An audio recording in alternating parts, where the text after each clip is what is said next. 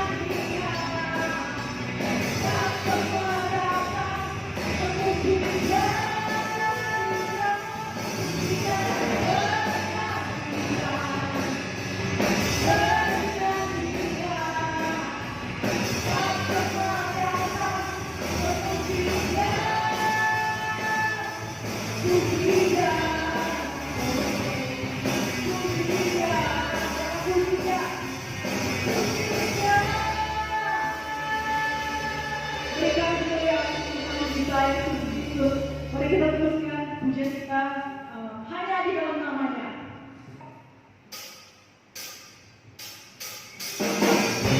Mari kita berdoa untuk Tuhan di dalam pujian Tuhan kita. Kita lihat firman dalam Injil. Firman dalam Injil. Kita lihat.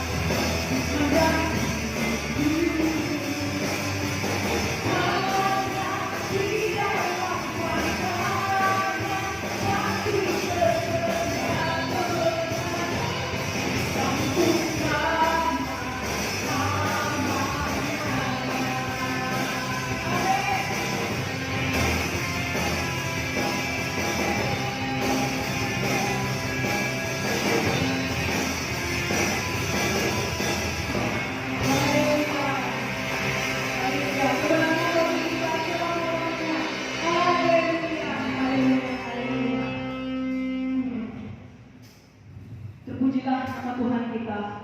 Kenalah kita adalah Allah yang dahsyat. Amin.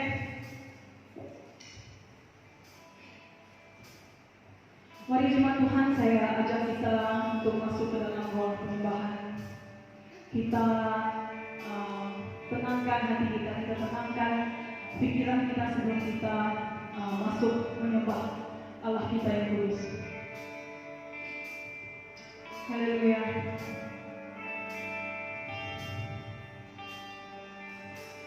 Mari kita siapkan hati kita tinggalkan segala perkara yang telah kita lalui dan kita fokuskan masa ini, kita fokuskan pikiran kita hanya untuk Tuhan.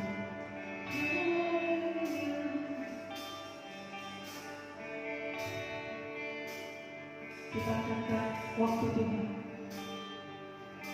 Bila kau izinkan sesuatu terjadi, ku percaya semua untuk kebaikanku. Bila nanti telah tiba waktumu, ku percaya kuasa-Mu memulihkan hidupku.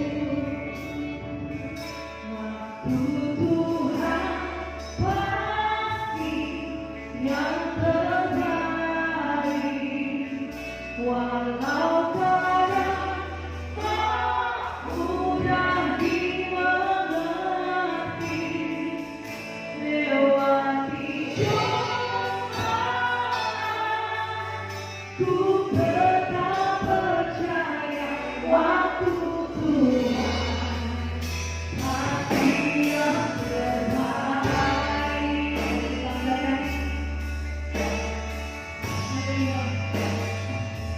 Bila kau izinkan sesuatu terjadi,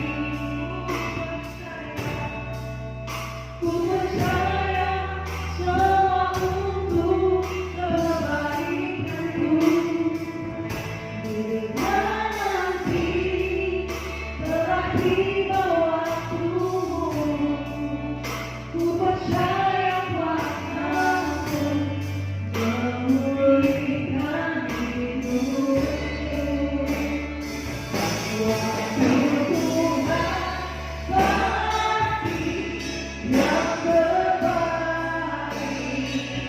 Walau kadang tak mudah dimengerti,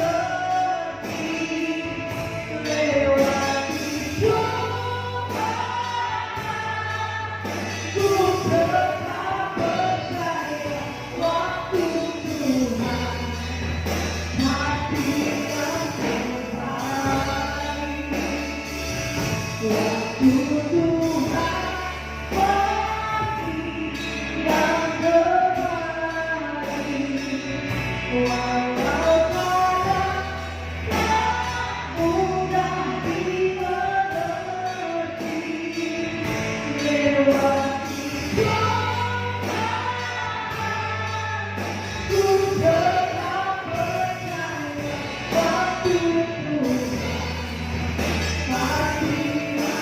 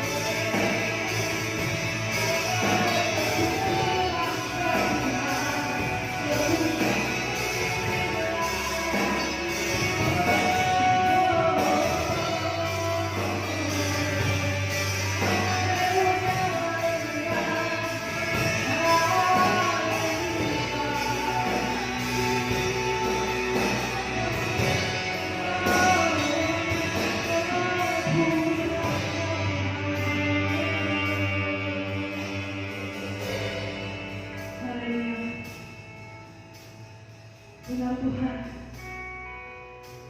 waktumu pasti yang terbaik Tuhan. Haleluya Tuhan. Pada saat ini mari kita klaimkan bahwa waktu Tuhan, waktu yang terbaik. Kita angkatkan suara kita, kita angkatkan hati kita kepada Tuhan. Waktu Tuhan pasti yang terbaik. Walau kadang tak mudah dimengerti, lewati cobaan ku tetap percaya waktu Tuhan pasti yang terbaik. Waktu Tuhan, waktu Tuhan pasti yang terbaik. Walau kadang tak mudah dimengerti, lewati cobaan ku tetap percaya waktu Tuhan pasti yang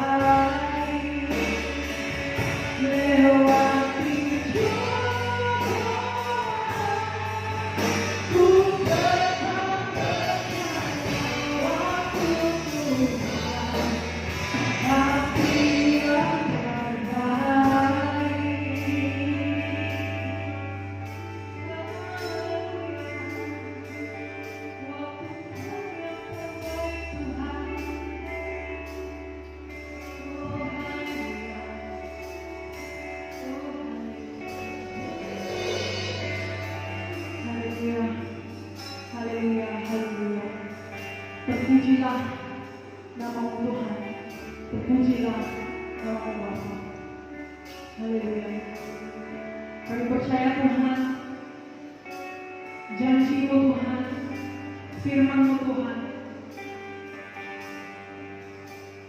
dan kata-kata-Mu Tuhan, semuanya Tuhan menyatakan bahwa waktu-Mu yang terbaik.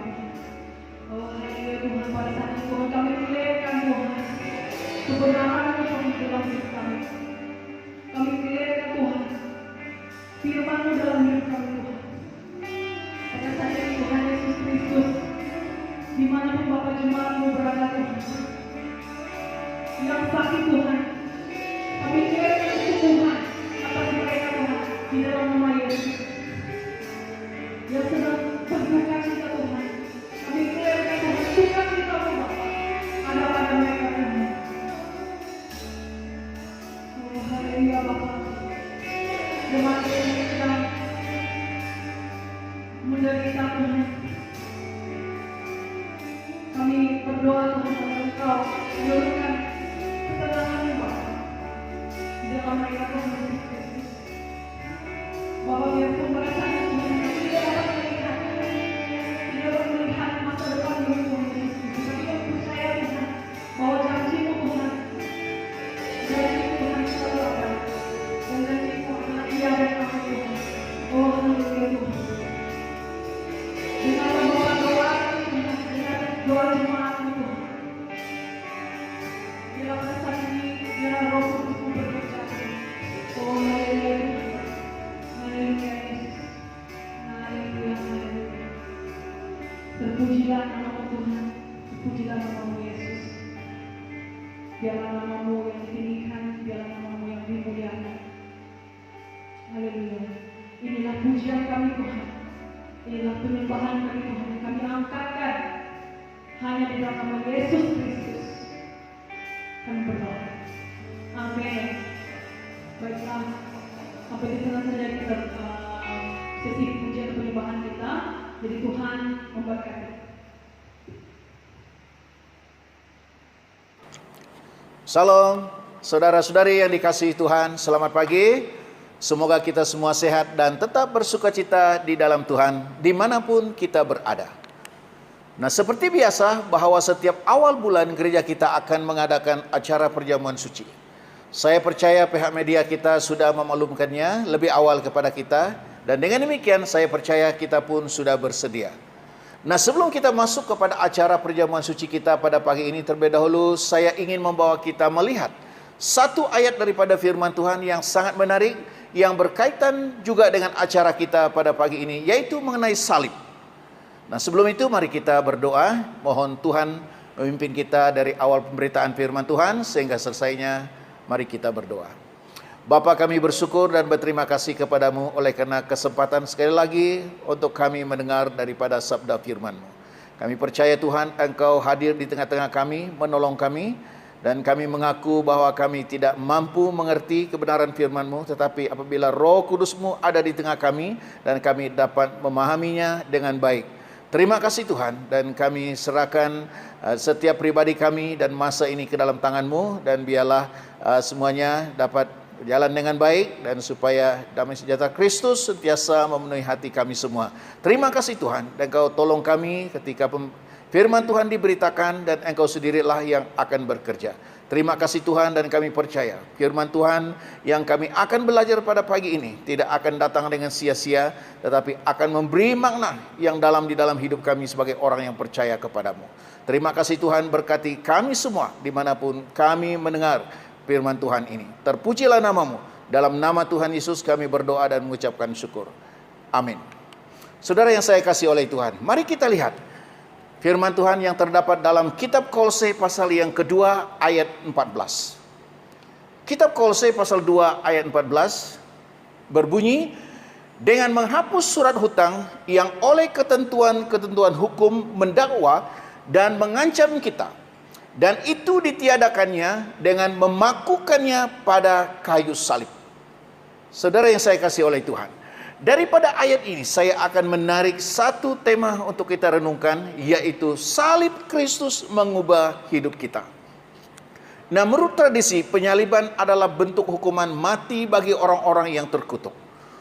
Hukuman salib masih giat dijalankan sewaktu Yesus hidup di dalam dunia ini. Dan pada masa itu orang Yahudi dijajah oleh kerajaan Romawi. Dalam pemerintahan Romawi, setiap orang yang dianggap bersalah karena dia telah melakukan pelanggaran, yaitu melakukan pemberontakan, penghinaan, dan penyelewengan terhadap pemerintah yang sah, maka orang itu akan dihukum pada salib. Nah, tuduhan yang dilemparkan atau dikenakan kepada Yesus sehubungan pengakuan Yesus tentang dirinya sebagai Raja orang Yahudi. Saudara yang saya kasih oleh Tuhan, kembali kepada ayat firman Tuhan yang telah kita baca tadi. Jadi kita akan melihat kata-kata penting dalam ayat ini yang berbunyi surat hutang yang oleh ketentuan hukum. Nah, dalam ayat pembacaan kita ini menunjukkan kepada Taurat Musa, yaitu hukum-hukum yang menunjukkan kepada perilaku yang benar tetapi tidak dapat memberi hidup dan kuasa untuk menaati Allah. Perjanjian lama sebagai suatu jalan menuju keselamatan telah dipakukan di salib ataupun dihapuskan oleh salib Kristus, dan Allah mengadakan suatu perjanjian yang lebih baik, yaitu melalui Yesus Kristus. Kematian Kristus di atas kayu salib adalah kematian untuk menggantikan kita yang berdosa supaya kita dibenarkannya dan memperoleh berkat-Nya. Saudara yang saya kasih oleh Tuhan, sebelum itu kita perlu tahu mengapa Yesus harus disalibkan. Saudara yang dikasih oleh Tuhan, tujuan Yesus disalibkan adalah sebagai penggenapan daripada rencana Allah untuk menyelamatkan dunia dari dosa. Yesus harus mati. Yesus harus menjadi korban. Melalui kematian Yesus di atas kayu salib, dosa manusia dihapuskan ataupun dosa manusia diampuni oleh Allah. Inilah tujuan Yesus disalibkan, supaya rencana Allah digenapi, yaitu penyelamatan manusia. Nah, yang seterusnya, apakah makna salib Yesus? Dan banyak orang tidak mengerti apakah makna salib Yesus itu yang sebenarnya. Yang pertama yang kita lihat di sini ialah salib meneguhkan Yesus sebagai Tuhan dan Kristus. Ini terdapat dalam Kisah Para Rasul pasal 2 ayat 36 yang berbunyi, jadi seluruh kaum Israel harus tahu dengan pasti bahwa Allah telah membuat Yesus yang kamu salibkan itu menjadi Tuhan dan Kristus. Saudara yang saya kasih oleh Tuhan, makna salib ialah meneguhkan Yesus sebagai Tuhan dan Kristus. Dan yang kedua, makna salib yang kedua ialah salib sebagai tanda penggenapan hukum Taurat dan mulanya hukum kasih karunia. Kita boleh lihat ini dalam Ibrani pasal yang ke-10 ayat 9 dan juga terdapat dalam Efesus 2 ayat yang ke-15. Dan yang ketiga, makna salib. Salib menandakan kekalahan iblis dan kemenangan Kristus. Terdapat dalam Ibrani pasal 2 ayat 14. Dan makna salib yang keempat, salib menandakan kebangkitan Kristus atas kuasa maut. Dan juga orang-orang yang percaya kepada Yesus akan menang atas kuasa maut dan memperoleh hidup yang kekal. Saudara yang saya kasih oleh Tuhan, daripada makna salib ini kita dapat melihat dan apa yang Yesus lakukan di atas kayu salib ketika dia mati, dan apa yang berlaku, apa yang Yesus telah tukar di atas kayu salib itu. Mengapa Yesus harus mati bagi dunia ini. Dengan itu, saudara yang saya kasih oleh Tuhan, kita akan melihat pada pagi hari ini 8 hal yang ditukar, yang diubah oleh Yesus di atas kayu salib. Yang pertama, hukuman yang seharusnya dikenakan kepada manusia ditukar kepada pengampunan yang telah dibayar oleh Yesus dengan tubuh dan darahnya. Dan inilah hal yang pertama yang dilakukan oleh Yesus di atas kayu salib. Ia menukarkan hukuman itu kepada pengampunan. Dan itulah sebabnya kita bersyukur, merasa bangga hari ini. Sepatutnya kita dihukum, tidak layak di hadapan Allah, tetapi Yesus telah mati bagi pihak kita, sehingga kita menerima pengampunan yang sempurna daripada Yesus Kristus. Dia menyerahkan seluruh hidupnya, tubuhnya, dan darahnya tercurah karena kita. Karena dia membebaskan kita daripada hukuman. Efesus pasal 1 ayat 7 berkata, sebab di dalam dia dan oleh darahnya kita beroleh penebusan, yaitu pengampunan dosa, menurut kekayaan kasih karunia-Nya, Saudara yang saya kasih oleh Tuhan, Yesus telah menanggung dosa dan hukuman kita supaya tersedia penebusan atas kejahatan dan dosa kita. Dan inilah saya katakan dalam hal yang pertama ini, hukuman ditukar kepada pengampunan. Inilah hal yang pertama yang Yesus lakukan di atas kayu salib. Dan yang kedua, yang dilakukan oleh Tuhan Yesus di atas kayu salib, penyakit kita ditukar kepada kesembuhan. Kita yang mengalami sakit penyakit, dan Yesus menggantikannya. Dia memberi kesembuhan bagi kita. Yesus telah menanggung semua penyakit kita supaya kita mendapat kesembuhan. Kita lihat ini dalam Yesaya 53 ayat 5 berkata, tetapi dia tertikam oleh karena pemberontakan kita, dia diremukkan oleh karena kejahatan kita. Ganjaran yang mendatangkan keselamatan bagi kita ditimpakan kepadanya, dan oleh bilur-bilurnya kita menjadi sembuh. Hal inilah yang Yesus lakukan di atas kayu salib. Ia mengubah penderitaan kita, penyakit kita, dan dengan itu dia menukarnya kepada kesembuhan. Saudara yang saya kasih oleh Tuhan, apabila kita memandang salib, banyak hal yang kita ingat di sana. Banyak hal yang kita pikirkan di sana, apa yang Yesus telah lakukan untuk kita. Dan saudara yang saya kasih oleh Tuhan, yang kedua kita lihat bahwa penyakit kita ditukar oleh Yesus. Dia memberi kesembuhan kepada kita. Nah, hal yang ketiga yang dilakukan oleh Yesus di atas kayu salib, hal yang ditukar oleh Yesus di atas kayu salib, yaitu kesalahan kita dan ditukar kepada kita dibenarkan, ataupun bersalah ditukar dengan dibenarkan oleh Yesus Kristus. Ini terdapat dalam 2 Korintus 5 ayat 21 berkata, dia yang telah tidak mengenal dosa telah dibuatnya menjadi dosa karena kita, supaya dalam dia kita dibenarkan oleh Allah. Saudara yang saya kasih oleh Tuhan, Yesus telah menukarkannya di atas kayu salib melalui dirinya, dengan dirinya sendiri. Kita yang orang yang bersalah, dan dengan Yesus berada di atas kayu salib, melalui kematiannya ia membenarkan kita. Inilah keistimewaan, inilah hal yang luar biasa yang Yesus lakukan di atas kayu salib, yang tidak akan pernah kita lupakan dan yang tidak akan pernah kita mengucap syukur kepada Tuhan. Yesus telah menanggung dosa-dosa kita supaya kita yang bersalah dibenarkan oleh Yesus sendiri. Saudara yang saya kasih oleh Tuhan, inilah hal yang perlu kita ingat, apa yang Yesus lakukan di atas kayu salib bagi dunia ini. Yang keempat, yang Yesus tukar di atas kayu salib, yaitu kematian ditukar kepada hidup. Saudara yang saya kasih oleh Tuhan, Yesus melalui kematian, dan supaya kita terlepas daripada maut. Yesus mati, tapi kita bangkit dan kita hidup. Kita terlepas daripada maut. Ini terdapat dalam Roma pasal yang ke-6 ayat 23. Sebab upah dosa ialah maut, tetapi kasih karunia Allah ialah hidup yang kekal dalam Kristus Yesus Tuhan kita. Saudara, ini menjelaskan bahwa kita manusia yang berdosa harus mati, harus menanggung dosa kita. Tetapi Yesus menyerahkan hidupnya, mendirinya, dan rela mati untuk kita, supaya kita yang berdosa ini, kita hidup oleh karena Kristus. Dan inilah yang ditukar oleh Yesus di atas kayu salib. Marilah kita terus bersyukur. Oleh karena anugerah Tuhan, kita terlepas daripada kematian atau maut, karena Yesus telah memberi kehidupan bagi kita. Dan yang kelima, yang Yesus lakukan di atas kayu salib, atau yang Yesus tukar di atas kayu salib, kita yang selayaknya miskin ditukar menjadi kaya. Yesus lakukan semuanya ini. Yesus rela menjadi miskin supaya di dalam dia kita menjadi kaya.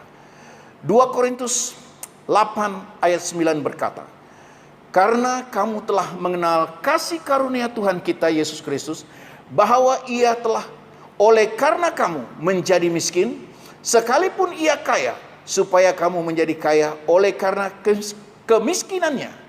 Saudara yang saya kasih oleh Tuhan, inilah yang luar biasa Yesus lakukan di atas kayu salib. Dia rela menjadi miskin. Dia rela menggantikan kita supaya kita mendapat kekayaan yang dia berikan kepada kita. Oleh sebab itu, saudara yang saya kasih oleh Tuhan, marilah kita menghargai pengorbanan Kristus di atas kayu salib. Dia datang daripada surga dan hidup di tengah-tengah dunia ini yang penuh dengan penderitaan, penuh dengan kemiskinan. Dan dia mau dengan satu tujuan, dengan satu misi. Ia mau mengubah kita, membawa kita keluar daripada kemiskinan, supaya kita menjadi kaya di dalam Yesus Kristus. Saudara yang saya kasih oleh Tuhan. Dan yang keenam, yang kita lihat apa yang Yesus tukar di atas kayu salib. Kita yang dipermalukan, ditukar kepada dipermuliakan. Selayaknya kita dipermalukan oleh karena kejahatan dan dosa kita, tetapi Yesus menanggung semuanya bagi kita. Yesus menukarkan semuanya bagi kita, sehingga kita dipermuliakan kembali. Dia dipermalukan supaya kita mendapat bahagian dalam kemuliaannya. Saudara yang saya kasih oleh Tuhan, bagi dunia kematian Kristus sungguh memalukan. Kematian Yesus adalah satu hal yang sangat tidak disukai. Adalah satu hal yang dunia anggap hal yang tidak berguna. Tetapi Yesus rela melakukan semuanya supaya kita dipermuliakan dan tidak dipermalukan oleh dunia ini. Ibrani 12 ayat 2 berkata, marilah kita melakukannya dengan mata yang tertuju kepada Yesus, yang memimpin kita dalam iman dan yang membawa iman kita itu kepada kesempurnaan, yang dengan mengabaikan kehinaan tekun memikul salib ganti sukacita yang disediakan bagi Dia yang sekarang duduk di sebelah kanan takhta Allah. Saudara yang saya kasih oleh Tuhan, kematian Yesus di atas kayu salib bagi dunia itu ada satu hal yang memalukan. Tetapi bagi kita, orang-orang yang percaya kepada Yesus, melalui kematian Yesus Kristus kita dipermuliakan kembali. Saudara yang saya kasih oleh Tuhan, marilah kita menghargai karya salib Kristus. Apa yang Yesus telah lakukan di atas kayu salib, supaya kita yang percaya kepadanya dipermuliakan. Dan hal yang ketujuh, apa yang Yesus lakukan di atas kayu salib untuk dunia ini, yaitu penolakan ditukar kepada penerimaan. Saudara yang saya kasih oleh Tuhan, Yesus terpisah daripada Bapaknya, supaya dia diterima sebagai bagian daripada keluarga Allah. Saudara yang saya kasih oleh Tuhan, kita boleh lihat ini. Matius pasal 27 ayat 46 berkata, kira-kira jam 3 berserulah Yesus dengan suara nyaring, Eli, Eli lama sabatani, artinya Allahku, Allahku, mengapa engkau meninggalkan aku? Saudara yang saya kasih oleh Tuhan, Yesus berada di atas kayu salib. Sepatutnya kita ditolak oleh karena kita berdosa, tetapi Yesus menggantikan kita. Melalui penolakan tersebut, kita diterima oleh Allah. Dan begitu luar biasa yang Yesus lakukan di dalam hidup kita di atas kayu salib. Saudara yang saya kasih oleh Tuhan. Dan yang terakhir, yaitu di atas kayu salib, Yesus menukarkan kutuk kepada berkat. Saudara, yang begitu indah apabila kita merenungkan peristiwa yang Yesus lakukan di atas kayu salib. Kita tidak dapat membalasnya dengan kekuatan kita. Hanya selain kita memuji dan memuliakan Tuhan, yaitu sebetulnya kita adalah orang-orang yang terkutuk. Tetapi ketika Yesus melakukannya, mati di atas kayu salib, segala kutuk itu dilenyapkan. Dan melalui kematian Yesus kita diberkati kembali. Saudara yang saya kasih oleh Tuhan, Yesus menanggung semua kutuk dosa kita, supaya di dalam Dia kita diberkati. Galatia pasal yang ketiga ayat 13 dan ayat 14 berkata, Kristus telah menebus kita dari kutuk hukum Taurat dengan jalan menjadi kutuk karena kita. Sebab ada tertulis, terkutuklah orang-orang yang digantung pada kayu salib. Yesus Kristus telah membuat ini, supaya di dalam Dia berkat Abraham sampai kepada bangsa-bangsa lain, sehingga oleh iman kita menerima roh yang telah dijanjikan itu. Saudara yang saya kasih oleh Tuhan, kita perlu ingat, kematian Yesus di atas kayu salib bukanlah kematian yang sia-sia. Kematian Yesus di atas kayu salib, ia adalah kematian yang menukar kutuk menjadi berkat untuk saya dan saudara. Saudara yang saya kasih oleh Tuhan, ketika kita memandang salib, salib itu adalah satu hal yang sangat mulia bagi setiap orang yang percaya. Ketika kita melihat apa yang Yesus lakukan di atas kayu salib, kita sudah melihat 8 hal yang sudah Tuhan Yesus lakukan di atas kayu salib, yang membuat kita terus bersyukur dan berterima kasih kepada Tuhan selama kita hidup di dalam dunia ini, supaya kita tetap setia melayani Tuhan. Nah, menjadi kesimpulan ataupun penutup firman Tuhan ini, salib adalah lambang yang sangat mulia. Karena di salib Yesus telah menukar atau mengubah keadaan hidup manusia dengan sempurna. Dari hukuman kepada pengampunan, dari penyakit kepada kesembuhan, daripada bersalah kepada dibenarkan, dari miskin kepada kaya, dari dipermalukan kepada dipermuliakan, dari penolakan kepada penerimaan, dari kutuk kepada berkat. Jadi saudara yang saya kasih oleh Tuhan, jadi salib Kristus adalah lambang kemenangan di atas kuasa dunia ini. Jadi berbahagialah kita yang setia memberitakan salib Kristus di dalam kehidupan kita, karena dari salib mengalir berkat untuk semua orang yang percaya kepada Yesus. Demikianlah firman Tuhan yang kita renungkan pada pagi ini. Tuhan Yesus memberkati kita semua, dan amin.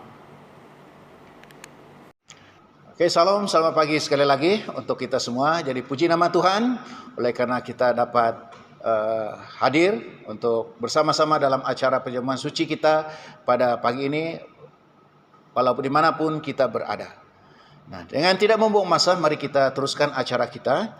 Mari kita lihat firman Tuhan terlebih dahulu yang terdapat dalam 1 Korintus 11 ayat 23 sampai ayat 26. Sekali lagi 1 Korintus 11 ayat 23 sampai ayat 26. Firman Tuhan berkata, sebab apa yang telah kuteruskan kepadamu telah aku terima daripada Tuhan, yaitu bahwa Tuhan Yesus pada malam waktu ia diserahkan, ia mengambil roti, dan sesudah itu ia mengucap syukur atasnya, ia memecah-mecahkannya dan berkata, inilah tubuhku yang diserahkan bagi kamu, perbuatlah ini menjadi peringatan akan aku. Demikian juga ia mengambil cawan, sesudah makan lalu berkata, cawan ini adalah perjanjian baru yang dimeteraikan oleh darahku. Perbuatlah ini setiap kali kamu meminumnya menjadi peringatan akan aku. Sebab setiap kali kamu makan roti ini dan minum cawan ini, kamu memberitakan kematian Tuhan sampai ia datang. Saudara yang saya kasih oleh Tuhan, perjamuan suci bermula daripada perjamuan Paskah orang Yahudi untuk memperingati bagaimana malaikat maut melewati rumah-rumah orang Israel yang telah disapu dengan darah domba, sehingga semua anak sulung mereka terselamat. Tetapi semua anak sulung orang Mesir habis dimusnahkan. Nah, selain daripada itu, perjamuan suci adalah untuk mengingatkan keluarnya bangsa Israel daripada perbudakan di Mesir, menuju ke tanah perjanjian, tanah yang telah dijanjikan oleh Allah kepada nenek moyang mereka, yaitu Abraham, Ishak, dan Yakub. Nah, orang Yahudi mengadakan perjamuan Paskah atau perjamuan suci setiap tahun di setiap keluarga, yaitu pada hari raya Paskah. Nah, Tuhan Yesus juga mengadakan perjamuan Paskah ataupun perjamuan suci sebelum dia berpisah dengan para muridnya dan menuju ke salib pada masa persiapan perayaan Paskah di Yerusalem. Pada waktu itulah Tuhan Yesus mentabiskan Paskah Kristen, di mana dia berkata, roti melambangkan tubuhnya dan anggur melambangkan darahnya. Jadi Paskah Kristen atau perjamuan suci adalah untuk memperingati kematian Yesus Kristus dan bukan lagi memperingati keluarnya bangsa Israel daripada Mesir. Saudara yang saya kasih oleh Tuhan, oleh sebab itu perjamuan suci mempunyai makna yang sangat dalam. Itulah ia diperintahkan untuk dilakukan oleh murid Tuhan Yesus dan gereja pada hari ini. Nah, seterusnya saya akan bawa kita melihat dua makna perjamuan suci menurut Alkitab dan juga orang Kristen. Kita akan melihat yang pertama. Perjamuan suci diadakan adalah sebagai memperingatkan akan kematian Yesus Kristus. Nah, kita akan melihat ini daripada perspektif pada masa lalu.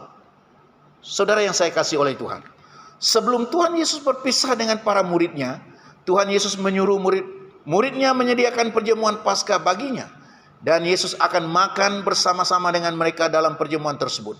Dan sesudah Yesus berpisah dengan mereka nanti, Yesus tidak akan lagi makan perjamuan Paskah itu bersama-sama dengan mereka. Ketika mereka sedang makan, Yesus mengambil roti, mengucap berkat atasnya, Ia memecah-mecahkannya lalu memberikannya kepada murid-muridnya. Jadi ini berarti roti melambangkan tubuh Yesus yang diserahkannya bagi mereka. Dan anggur yang diberikannya kepada mereka melambangkan darahnya yang telah tertumpah untuk pengampunan dosa.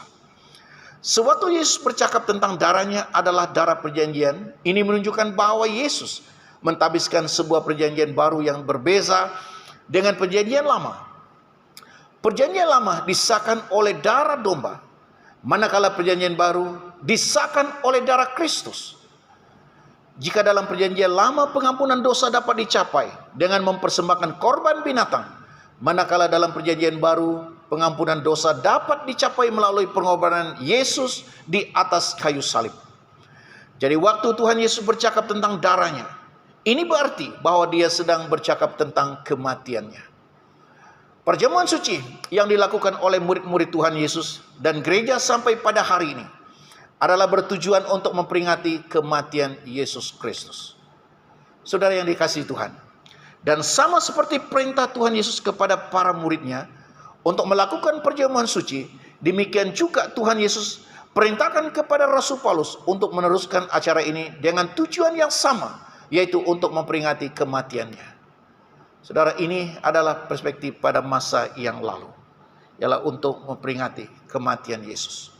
Dan yang kedua, kita lihat arti perjamuan suci sebagai sarana untuk memberitakan kematian Tuhan Yesus sampai ia datang. Kita melihat ini daripada perspektif masa kini ataupun masa sekarang. Sewaktu orang percaya ataupun orang Kristen mengadakan perjamuan suci, makan roti dan minum anggur, berarti mereka sedang memberitakan kematian Tuhan Yesus kepada dunia ini sampai ia datang kembali. Hal ini dijelaskan oleh Rasul Paulus dalam suratnya kepada jemaat di Korintus.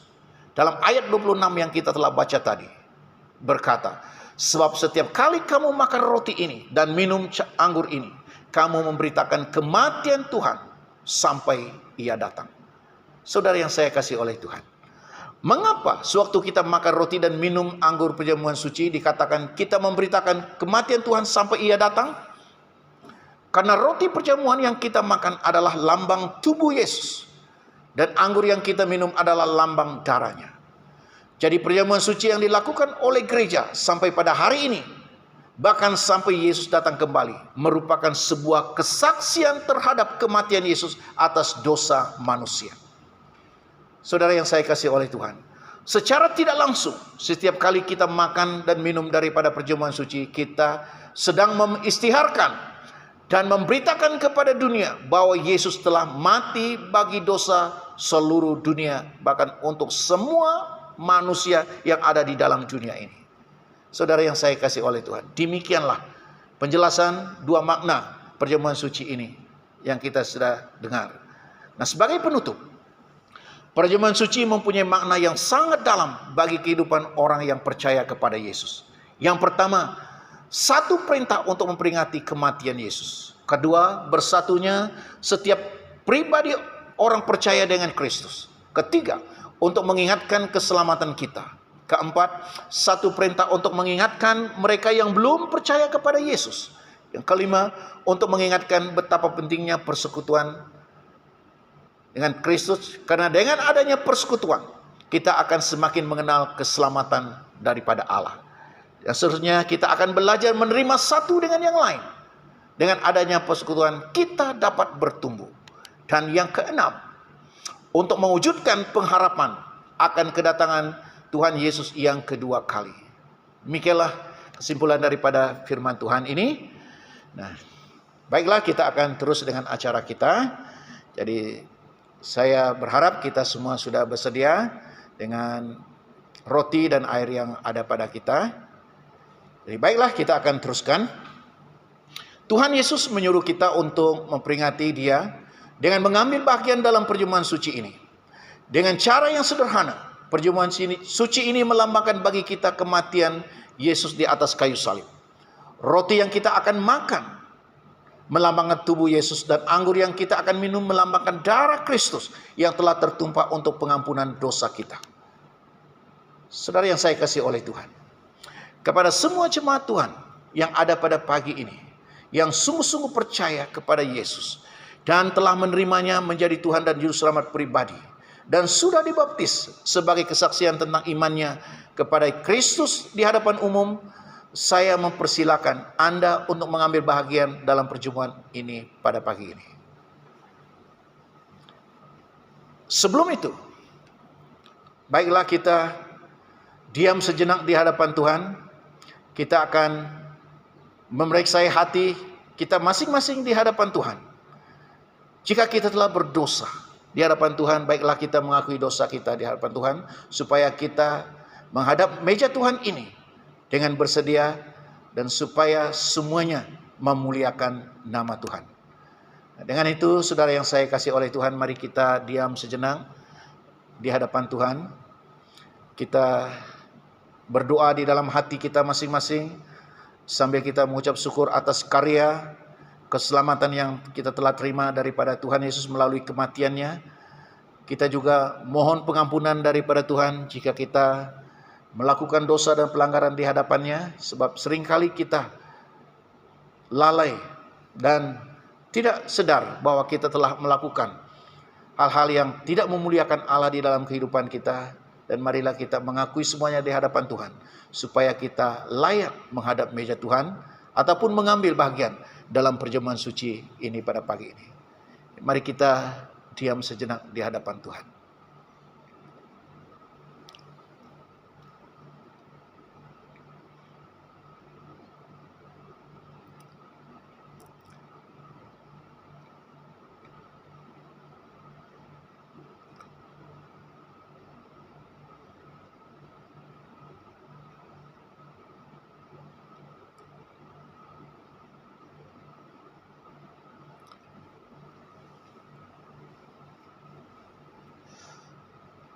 Oke, kita akan teruskan. Jadi marilah kita mengucap syukur kepada Allah di dalam Yesus Kristus, karena kematiannya dosa kita dapat diampuni dan kita diselamatkan. Nah, saudara yang saya kasih oleh Tuhan, jadi sebelum kita akan makan dan minum daripada perjamuan ini, mari kita terlebih dahulu berdoa untuk mengucap syukur atas roti yang ada pada kita. Mari kita ambil roti, kita pegang masing-masing. Jadi mari kita berdoa. Saya akan pimpin kita di dalam doa untuk mengucap syukur atas roti yang ada pada kita. Mari kita berdoa. Ya Tuhan, kami bersyukur dan berterima kasih kepadamu pada pagi hari ini, oleh karena kesempatan sekali lagi kami mengingatkan kematian-Mu melalui perjamuan suci yang kami akan adakan pada pagi ini. Terima kasih Tuhan atas kematian-Mu di atas kayu salib. Semuanya karena Engkau mengasihi kami, karena Engkau mencintai kami, orang-orang yang berdosa.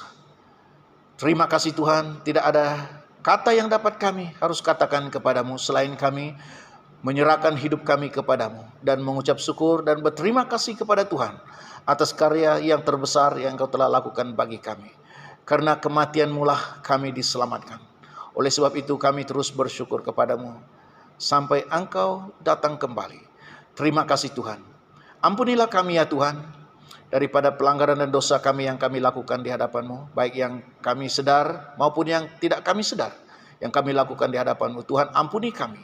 Sebab itulah sebabnya Engkau mati bagi kami, adalah untuk mengampuni dosa kami. Pada pagi ini hamba-Mu berdoa bagi semua kami yang akan terlibat dalam perjamuan ini. Tuhan, sucikan kami, kuduskan kami, supaya kami layak mengambil perjamuan ini pada pagi hari ini. Terima kasih Tuhan, Engkau berkati kami semua. Inilah doa dan pengucapan syukur kami. Semua ini kami mohon di dalam nama Tuhan Yesus Kristus, Tuhan dan Juru Selamat kami yang hidup. Kami berdoa dan mengucapkan syukur. Amin. Mari kita pegang roti kita bersama-sama, dan nanti kita akan makan bersama-sama. Tuhan Yesus mengambil roti dan sesudah itu ia mengucap syukur atasnya. Ia memecah-mecahkannya dan memberikannya kepada muridnya sambil berkata, "Inilah tubuhku yang diserahkan bagi kamu. Perbuatlah ini menjadi peringatan akan aku." Mari kita makan bersama-sama.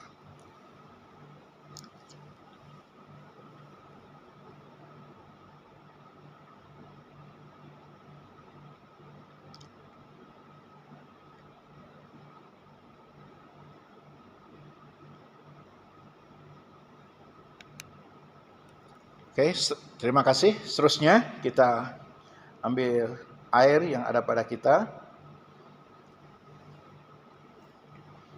Seperti yang tadi, kita akan pegang dulu, nanti kita akan minum bersama-sama. Demikian juga ia mengambil cawan sesudah makan, lalu berkata, cawan ini adalah perjanjian baru yang dimeteraikan oleh darahku. Perbuatlah ini setiap kali kamu meminumnya, menjadi peringatan akan aku. Mari kita minum bersama-sama.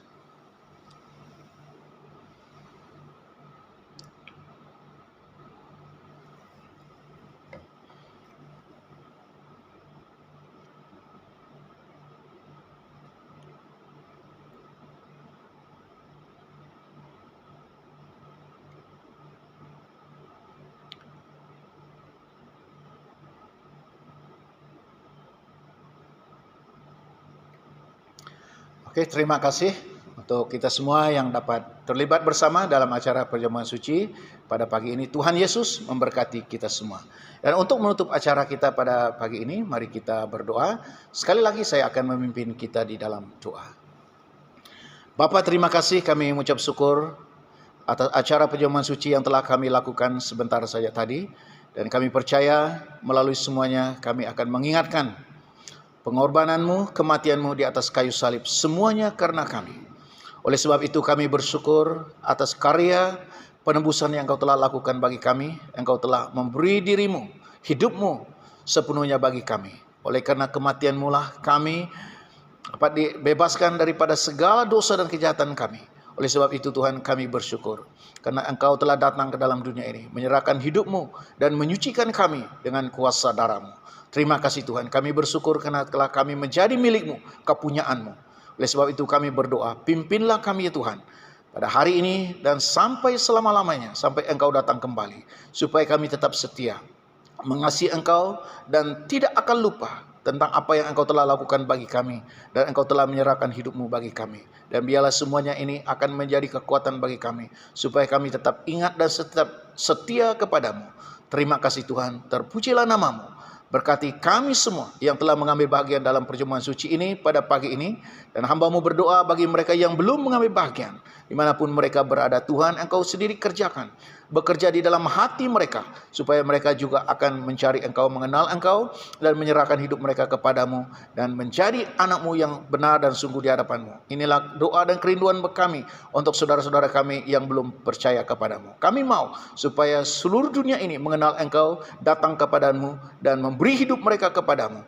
Terima kasih Tuhan, berkati kami semua pada pagi ini. Sekali lagi kami berdoa, kemanapun kami akan pergi, Tuhan kami percaya peringatan-Mu ini akan tetap ada di dalam hati kami, tetap segar di dalam ingatan kami, supaya kami tidak akan melupakan Engkau, supaya kami tidak akan menyia-nyiakan pengorbanan-Mu.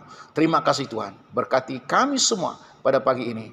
Dengar doa kami Tuhan. Inilah doa dan pengucapan syukur kami. Semua doa ini kami mohon hanya di dalam nama Tuhan Yesus Kristus, Tuhan dan Juru Selamat kami yang hidup. Kami berdoa dan mengucapkan syukur. Amin. Oke, demikianlah acara perjamuan suci kita pada pagi ini. Terima kasih untuk kehadiran kita semua. Jadi Tuhan Yesus memberkati kita. Jumpa lagi di masa-masa yang akan datang. Amin.